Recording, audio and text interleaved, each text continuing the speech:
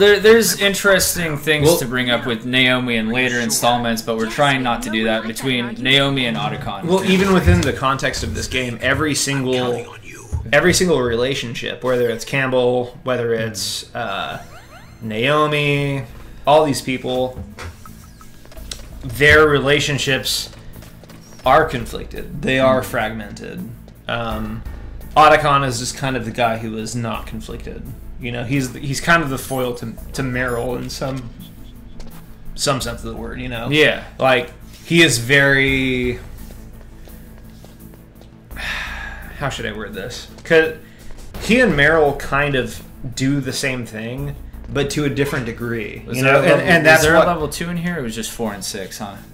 Yeah, I think it's 4 and 6. Okay. Now, the thing with Meryl and... let's see, what is she saying? Okay. Welcome back, Bill. Yeah! We missed you, buddy. Right when Bill leaves, we start talking about ejaculation. You know? Yeah. Sadly, Bill... You missed it. You'll just have to watch it on YouTube. Mm. So, one of the things about Meryl and Otacon is that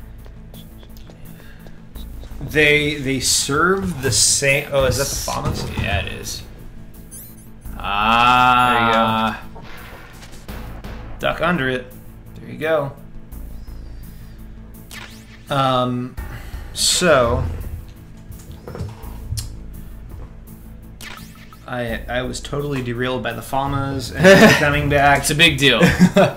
Now, you know, Meryl and Otacon do the same thing, but not really.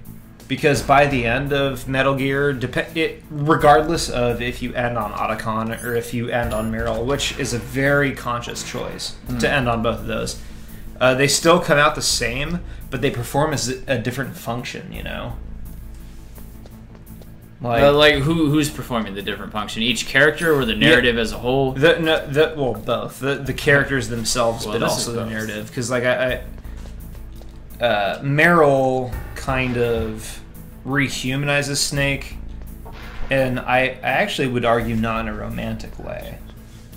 No, she goes through experiences with Snake that even Otacon doesn't, you know. Yeah. Like Otacon is the stealth camo guy, you know. He's hidden throughout the whole thing. What? I almost fell in that fucking trap. That's what. It's okay, dog. And that is a level 5 door, so I have no business here. Piggy doesn't know what the fuck is going on, but Bill says that Metal Gear Solid is going on, I think. I think that's a good analysis of the situation. Both of those things are true statements. Yeah, they are. Yeah, okay, we'll leave it at that. So we're going back to 1 because we're gonna go fight Raven in a tank. Raven. Yeah.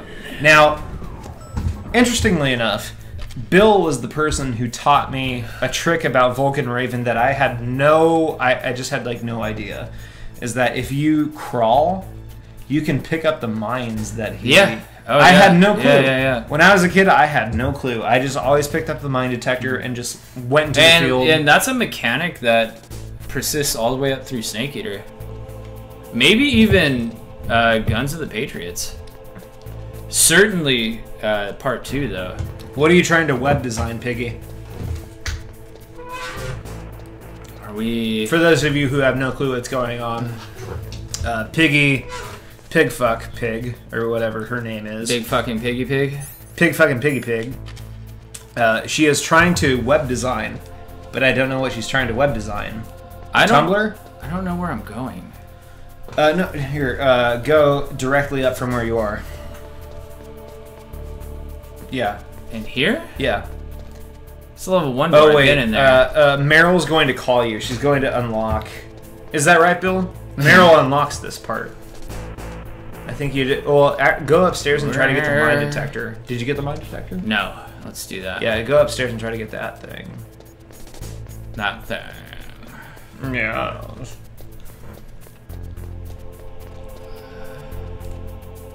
See, Danette knows. Get the mine detector, guys. There we go. That's some constructive criticism. Yeah, that's real concern. Now, the thing that is hard about this is that Bill and Piggy have the same color screen name on my screen, and so it's hard to determine who is saying what. Although Piggy says fuck a lot more than Bill does. When did he get here? Who? That guard? He got there when the mine detector was put into that room.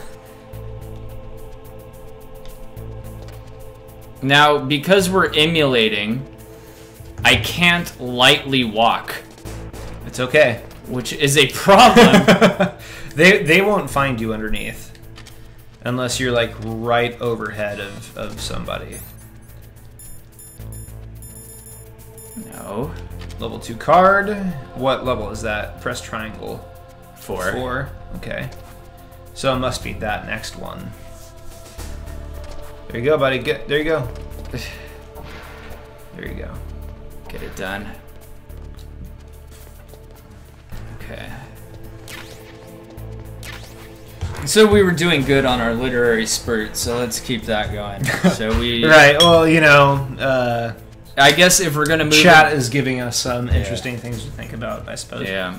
If we're going to move into Vulcan Raven, why don't we talk about the Rogues Gallery going on? The what? The Rogues Gallery, the villains. Yeah, okay. So there's an interesting grouping of people, what they represent, what they have power over, and the three big ones are, of course, Vulcan Raven, Sniper Wolf, and Psycho Mantis. All three of whom are characterized by a connection with the world. A connection with the world. Well, and you know, the funny thing, though, is that it's somewhat hard to connect them all because they have such different manifestations within the game. And the one who I think complicates this the most is... Right. Get in the box, bro. Yeah. The person I think exemplifies this most is actually Vulcan Raven. He's just shooting the box. Yeah. He just shooting the box. It's been a while since I died, so... Well, yeah, that's good. You know. So, Vulcan Raven, we assume, is a Native American Indian. Well, in the language of the Sioux people. He brings up the Sioux people, therefore he must have knowledge of the Sioux, and it must mean something to him, because he's using a Sioux symbol. Sniper Wolf is pretty easy to analyze. You know, Sniper Wolf, the whole thing about the sniper is that the sniper is somebody who is a lone wolf. But like the metaphor lone wolf is like it's very obvious. But wolves travel in packs, and so does Sniper Wolf. Well, she does in the sense that she's the alpha of the entire thing.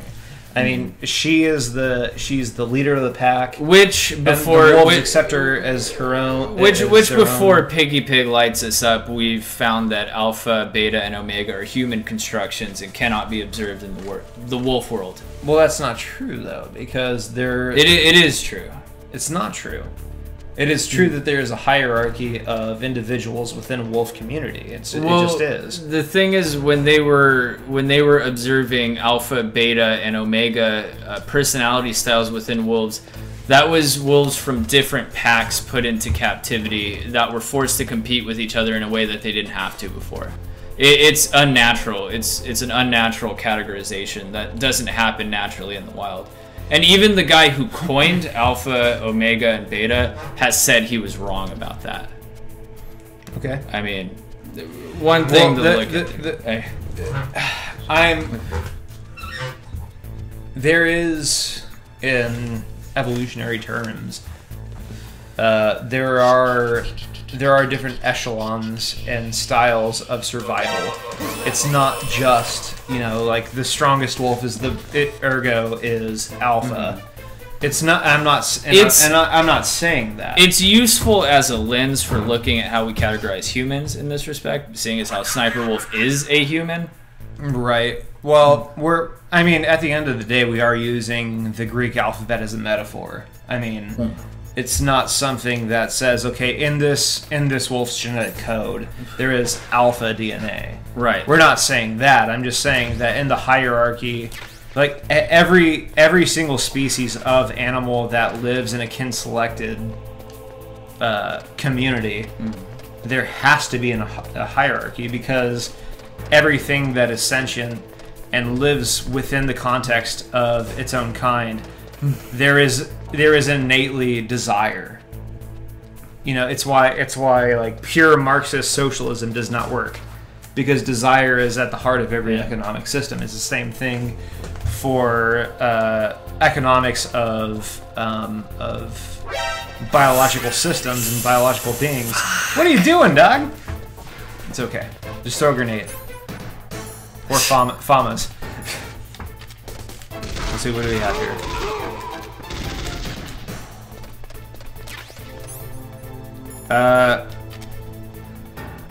Piggy Pig says, thanks, Bay. Oh, God. I think that's worth bringing up. Sniper Wolf, what a ridiculous name. Wolves can't shoot rifles. And the other is Vulcan Raven, Identity Crisis Central. I'm gonna die again. Now,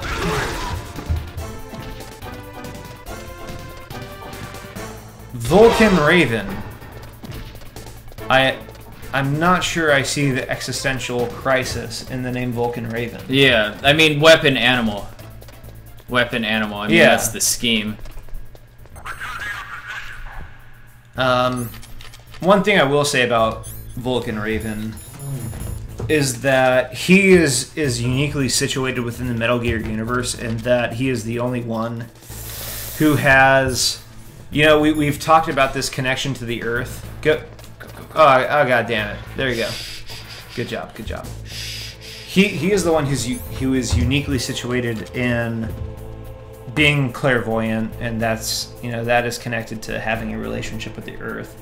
Whereas like Sniper Wolf doesn't really have a connection with the Earth. Mm-hmm.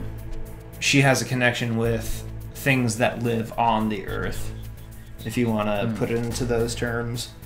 Psycho Mantis is not one with the Earth, he is one with the mind. Yeah.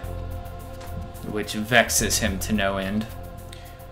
And again, it goes back to... Are we still waiting for Meryl's call? We're beating... Yeah, I guess so. I mean, we're beating a dead horse at this point, but... Yeah. There is a dramatic irony to Psycho Mantis. The thing that makes him special is the thing that he can't stand about himself. And the thing that drives him to madness, the thing that drives him to torturing people, all of these things. Go down to that door and try to move through it. What Maybe door? Meryl will call you. The one the one at the bottom. Well, if I could get past this guy, because somebody trained him well, and his rotation is quite sound.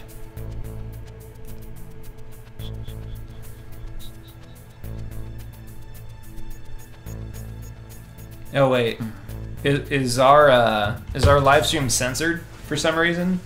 Is it? Because if it is, we will fix that. Is it censoring buzzwords? I think it is. I think that they meant to say fucking, but it came up as 3 asterisks. Interesting. If it's censored, please let us know, because we're not about that. We're not about censorship. I don't like that even a little bit. Censorship is like the downfall of Western civilization.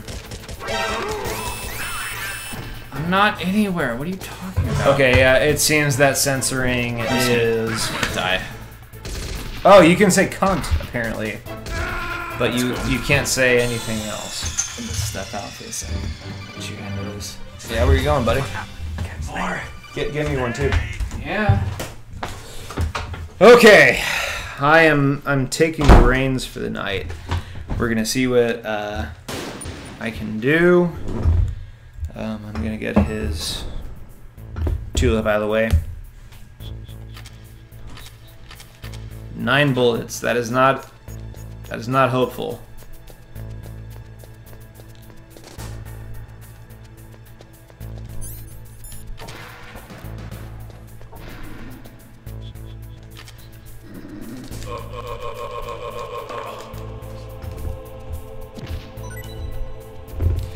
Yep. For the sake of the stream, I prefer to go by Jack. However, if you wish to call me that, that is fine.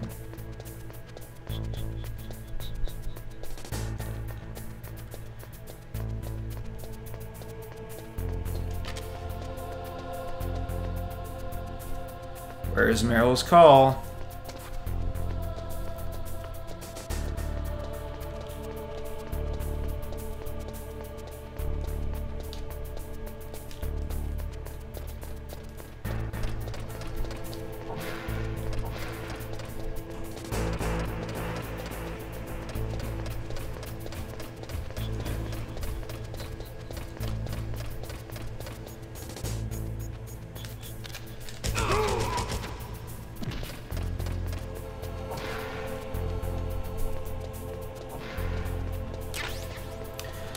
Alright, already I think I'm doing a little bit better than Ryan was. But, we'll see.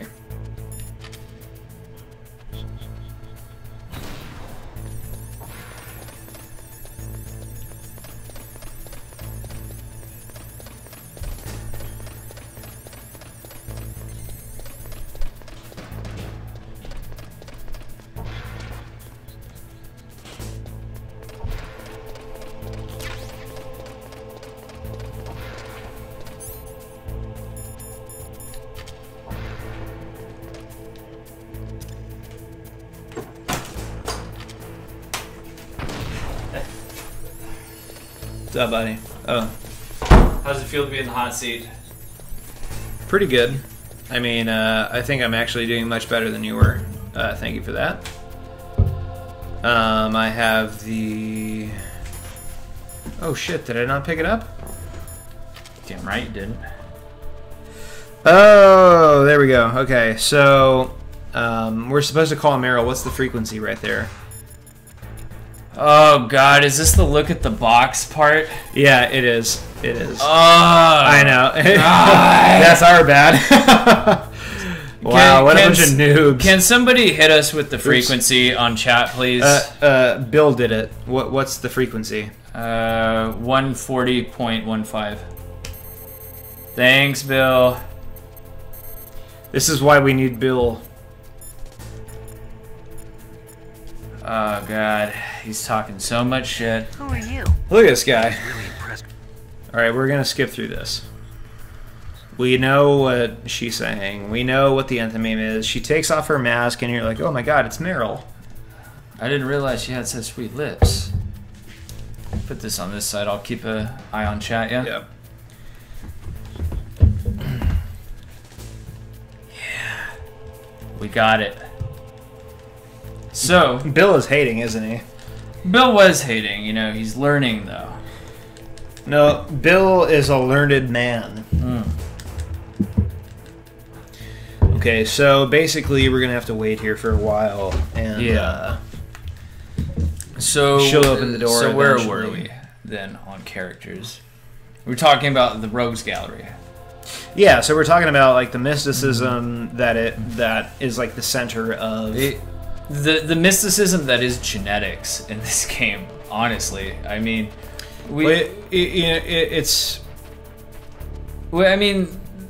genetics has been elevated to a level of magic in this game. In that, you know, we observe it, but we don't understand it completely. What does it mean?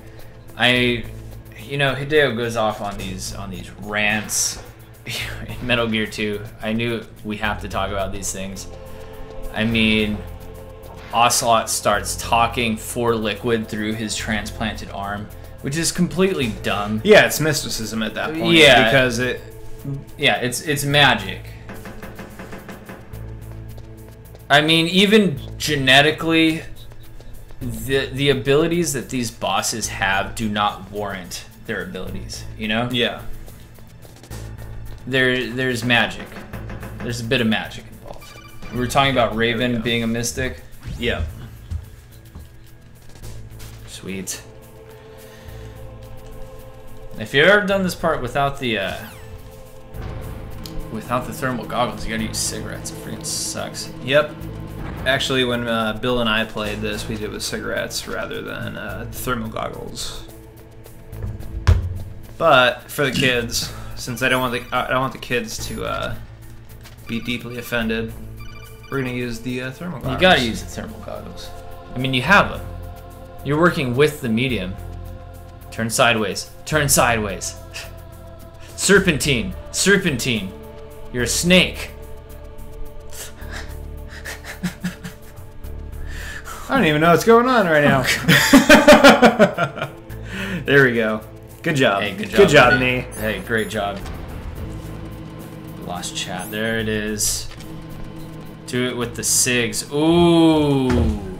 That Bill was wanted Bill, it wasn't with the he? SIGs. But you would want the SIGs, Bill. You wouldn't want us to be... Well, here's a good chance for you to implement your knowledge that Bill taught you. So Here we go. Claymore. No more Claymore? oh, you could double up on the thermal goggles. See the claymore, and then crawl over them. You can't see them. You can. You pass them all. Did I? Alright, well, let's see. Again, like, I'm gonna get killed right here. Stand up. He's applauding now because you got through that whole section crawling instead of running. Gilgamesh.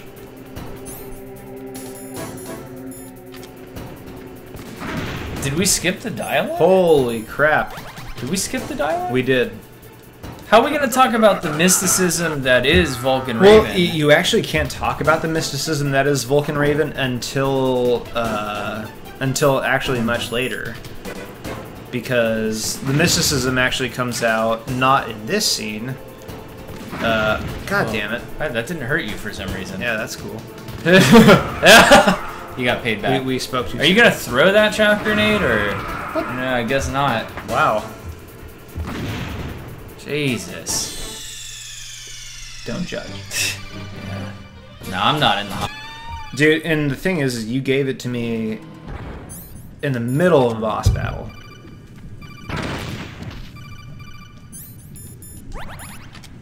I hate myself right now. You're not the only one.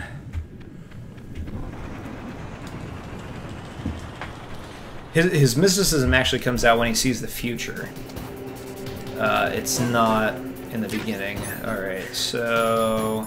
Chaff grenade, throw that. Grenade.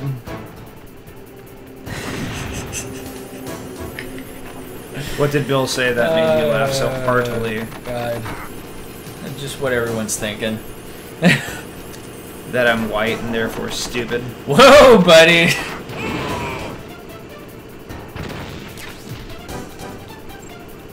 There we go. Yeah, get those grenades in there. There we go. Yeah, let's see how I like that. Play some hoops with it. Yep.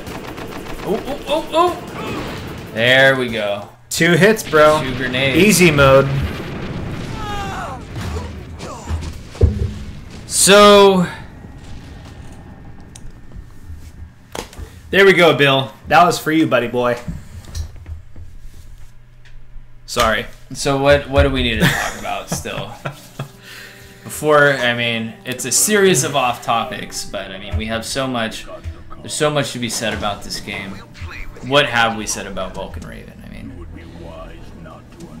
Well, right here where he says he would be wise not to underestimate him. This is the inkling that we get that Vulcan Raven has an insight into the deeper narrative of this whole thing. If we're looking at the Raven in terms of Odin, which I know is mixing the metaphor, which could be intentional on Kojima's part because he hates you. he does. You know, this is just saying that he has all the knowledge already, but he's a willing participant because you know, his genes determine who he is. And a binary of Snake, somebody who has all the knowledge and makes the decision, whether, you know, Snake having no knowledge making a decision. Right. Yeah. So he, you know, he plays a.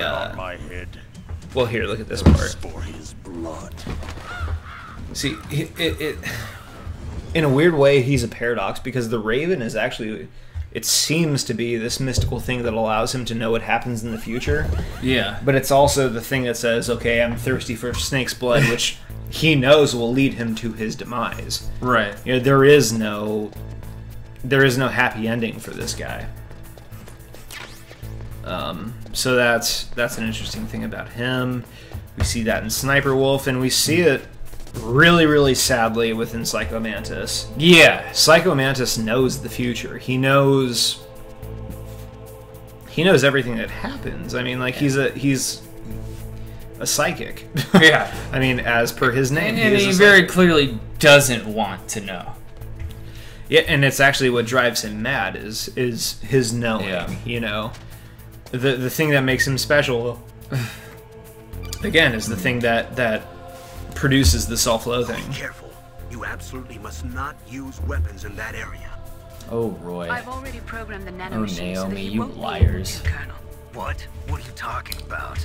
And here is where we learn that Naomi has control Don't you see them? over Snake on Nanos. terms of nanomachines. Are they all Yeah. warheads? Yes, they're all dismantled. And it's interesting that Psycho Mantis has the ability that Snake has, you know, absolutely no bearing on. If Snake could read minds, this would be a very different game. But reading minds is not presented as an out. You know what I mean? It's not a good thing. It wouldn't be easier if you were Psycho Mantis. You have to accept that deception in terms of the game and as growth as a character. You know? Yeah. What? That's just effective writing. Yeah, it is. Shit. Ooh, they released the gas. Just get in the elevator. Just get in the elevator. Press the button. Press the button, you're about to choke. Apparently you can't press the button in the elevator if you're choking. Choked which I out. think is counterintuitive, but, you know.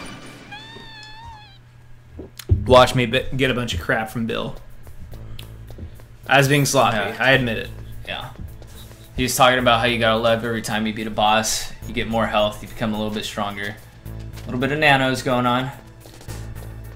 You know, even though it just looks like he's eating a ration. It's a really good ration. God. Andrew. I mean, Jack. Jack and Bear. Jack and Bear. Camo Bear. It's like a cheese. I don't know what's sadder, if you are trying or if you're not trying. I'm not trying at all at this point. At this point, the analysis is the primary concern, and the gameplay is secondary, because this is our first episode. I think we do need to... We need to rein it in a little bit. We need to rein it in a little bit, and perhaps not pay too much attention to the gameplay, just where we are now. Sure. But, you know, we've actually been on for 2.5 hours. Actually, 2 hours and 40 minutes. We should wrangle this in. So what do we want to say about Metal Gear on the whole? And I think that we should maybe switch to another screen. Closing remarks.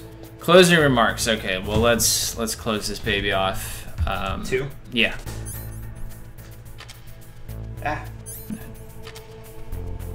Okay. Whoops. Whoops. Okay.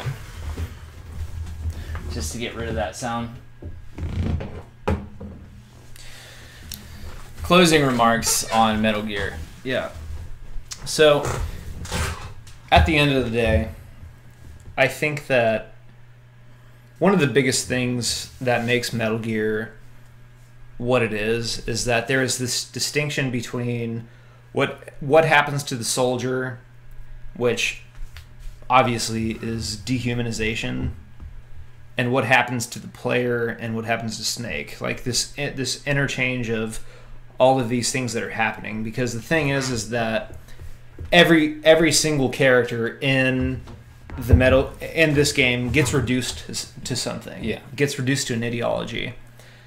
And at the same time, reducing something to something else is an act of dehumanization. But at the end of this game, so many of the characters are able to transcend what their basic ideology was. They're able to transcend the reduction. Yeah. All of them, really. You get to do that. I mean... It happens with Naomi through deception. It happens to Gray Fox through death. Happens to Sniper Wolf with death. I mean, like, everybody dies. It happens to Liquid through his resistance to death, which is insane after the amount of bullets you pump that guy with. Yeah. I mean, this game is, in a very, very awful sense, it is hopeful. And the hope is actually really bolstered through the characters of Otacon and Meryl, oddly enough. Mei Ling, I think we can add into that. Well, I think that Mei Ling kind of becomes an afterthought after a certain point, and that really the emotional takeaway from this game does come from Otacon and also Meryl. You know, the dual endings, which are contradictory in nature. Yeah. And they both lead to the same thing. Yeah, and we have a game where the main character is hopeful, but it's really hard to swallow that hope. Whereas with Meryl or Otacon, that hope is a lot more palpable. It's a lot more easier. Right. It's easier to take in. And now, since we're at the end, we can actually take away our new critical lens and say that the concept of hope is manifested throughout this entire series, but it's a fragmented hope. It's a hope that manifests itself in different ways because of different situations, and it's just like showing this mosaic of, even though all of these horrible things happen, and even though we are dehumanized, even though we go through trauma, we still come out of it with a sense of hope. Minimal and fragmented as it may be. Yeah, which is interesting in that respect, is that we don't come out with it with a sense of hope because the hope is inherent. Right, we come out with it totally because we have to. Right, exactly. It becomes an imperative. Yeah, like because if you enter this ending without hope, it's not a good ending. Everyone dies. And there's no replayability because you don't want to put yourself through that again. Yeah. You know? Like, you don't want to put yourself through trauma, through nihilism, through destruction and killing and all these things. Through that lens, it also doesn't sugarcoat it. Right. And I mean, and that's where I think that Metal Gear strikes this perfect balance. Going back to Sublimely Self-Righteous, there's a perfect balance where the rules are not defined, where one thing or another disconnected thing, all of these things can happen in the context of a unifying theme, but yet we're left with something unique. We're left with this completely nihilistic story on the surface. On the surface. But on the deeper level, it's such a reaffirming and somewhat optimistic story. And that's only going to be deepened within the sequel. Like, it becomes far more nihilistic in 2, and that hope becomes even slimmer. But the thing is that even doing that, it has the opposite effect. The slimming, the paring down of the hope makes the kernel of hope more effective. And it does these things through deception, through hate, through killing, through all of these negative things. and we're left with the positive. With the positive. Within that positive. Within the positive, this may not be true, but we need to believe it anyway. And it's incredible. Yeah. All right, I think that is a logical point to stop this discussion. Yeah. I want to give a big shout out to all the guys and gals who stopped in and gave us some views.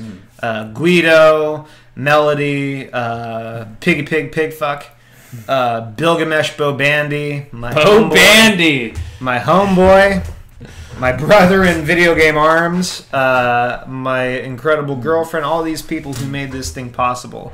All right, we thank you all. People who are coming across this on YouTube, we hope that you, yes, specifically you, we hope that you will join us in a later episode. You couldn't now for the live intro to what we're going to do, but perhaps we'll see you next time on one of our episodes, and we hope to have you. Follow us on Twitter. Follow us on Tumblr. You'll see us all over the place. We're pretty active. Beer video games. Yeah, beer video games. Our Twitter handle is beer_video games. I'm pretty active on Twitter. I respond to everybody. Again, if you retweet some of our tweets, we'll give you a live shout out at the beginning of the show.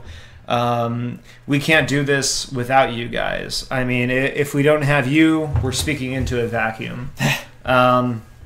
We're putting this on YouTube, and since we're doing that, I actually want to open this up. We have an agenda in terms of like what we want to do and regarding the video games. What we want to talk about. Yeah, we already have next week planned out. We have the beer, we have the video game, but the future is open.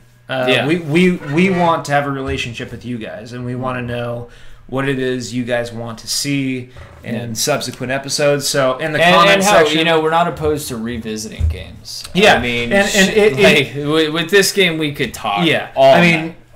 We haven't even in the 2 hours and 45 minutes that we've been online, we haven't adequately talked about everything. We haven't talked about the meta elements that come up in the Psycho Mantis fight. Yeah, we haven't talked about a lot of things. So if you want to see a part 2 of this episode, please let us know in the comments on the YouTube section. Hell, we could play the Twin Snakes. We'll play Twin Snakes. We'll do anything. Talk about differences. If you want to see a game, please let us know in the comment section, and we're more than willing to accommodate you guys, because you guys are our audience. We love you guys. So in the meantime, we hope that you're video gaming hard. We hope that you're drinking good craft beer, even though I don't have a craft beer in my hand. Me either. We ran out. But drink good beer, play good games, be well, and we'll see you next Thursday, 8 o'clock Pacific Standard Time. All right? And though episode 1 may not have been good, we have to believe it was. We have to believe it was. Good night, Solid folks. Snake says so. Good night, guys. Good Cheers. Night.